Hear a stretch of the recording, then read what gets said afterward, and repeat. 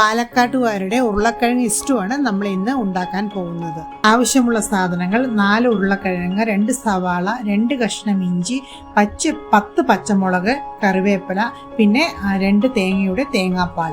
കുക്കറിലേക്ക് ചെറിയ കഷ്ണങ്ങളാക്കി മുറിച്ചെടുത്ത ഉരുളക്കിഴങ്ങ്, പച്ചമുളക്, സവാള, ഇഞ്ചി, 1 ടേബിൾ സ്പൂൺ ഉപ്പും 1/2 ഗ്ലാസ് വെള്ളം ഒഴിച്ച് മീഡിയം ഫ്ലെയിമിൽ 2 വിസിൽ വരുന്നത് വരെ വേവിച്ചെടുക്കണം. ഇത് വേവട്ടെ. ഇനി മിക്സിയിൽ തേങ്ങ നന്നായി അരച്ച തേങ്ങാപ്പാൽ എടുക്കാം. 1-ാം പാലും 2-ാം പാലും സെപ്പറേറ്റ് ആക്കി വെക്കണം.